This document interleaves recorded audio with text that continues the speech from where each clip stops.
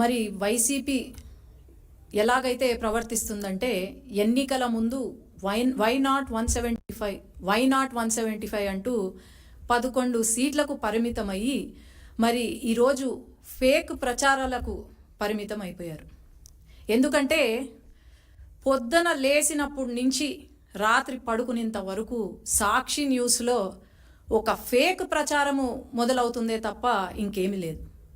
గత 5 సంవత్సరాలుగా సాక్షి న్యూస్ వేసి ప్రజలు, ఎందుకంటే పల్లెలలో వేరే ఛానల్ లేదు, ఒక్క సాక్షి న్యూస్ సాక్షి పేపరు తప్ప, అది చూసి మీ కొంపను ముంచిందంటే ఆ సాక్షి న్యూస్ చూసినందుకే. మరి కుక్కతోక వంకర అని అంటారు. కుక్కతోక వంకర కన్నా మన జగన్మోహన్ రెడ్డి గారి తోక ఇంకా వంకరగా మారినట్టుంది. మరి ఎట్లా అయిపోయిందంటే అధికారంలోకి వచ్చి 2 నెలలు అవుతుంది. ఈ 2 నెలల్లోనే అన్నా క్యాంటీన్ మొదలుపెట్టాం.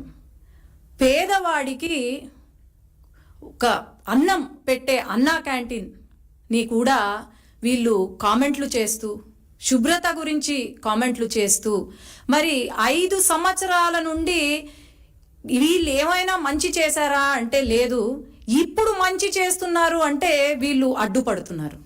అలాగే టీటీడీ ఏదైతే ఉందో అది తెలంగాణ వాళ్ళకి ఇచ్చేసామని చెప్పి, తిరుపతి తెలంగాణ వాళ్ళకి ఇచ్చేసామని చెప్పి, లేదంటే ఇలా అమ్మకు వందనం కార్యక్రమము ఏదైతే ఉందో ఇంకా మనం రివ్యూకి కూడా రాలేదు, రివ్యూ చేస్తున్నాము, ఇప్పుడు మీటింగ్ అందుకే జరుగుతుంది. అప్పుడే సాక్షి న్యూస్లో మరి భారతిరెడ్డి గారు ఉన్నారు. భారతిరెడ్డి గారు సాక్షి ఏమంటారు, సత్యమేవ జయతే అని రాసుకున్నారు సాక్షి న్యూస్లో. సత్యమేవ జయతే కాదు భారతిరెడ్డి గారు, అసత్యమేవ జయతే అని మీరు క్యాప్షన్ మార్చుకుంటే బాగుంటుంది.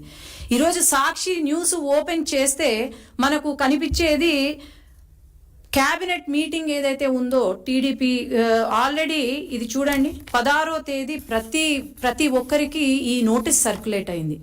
28వ తేదీన మనకు క్యాబినెట్ మీటింగ్ ఉంటుంది అని చెప్పి, మరి ఈరోజు ఎందుకు సాక్షిలో ఎటువంటి ఇది లేకుండా లేదు, క్యాబినెట్ మీటింగ్ కావాలనే పోస్ట్పోన్ చేశారు అని లోకేష్ అన్న పైన దుష్ప్రచారాలు చేస్తున్నారంటే వీళ్లకు ఫాల్స్ ప్రచారము తప్ప ఏమీ లేదు. జగన్మోహన్ రెడ్డి గారు ఈ 5 సంవత్సరాలు చేసింది బాగానే చేశారు అని అనుకుంటున్నట్టున్నారు. మరి ఇప్పుడు ఎంతసేపు ఫేక్ ప్రచారము తప్ప పార్ట్ టైం పొలిటీషియన్ గా మారిపోయారు తప్ప ఇంకేం లేదు.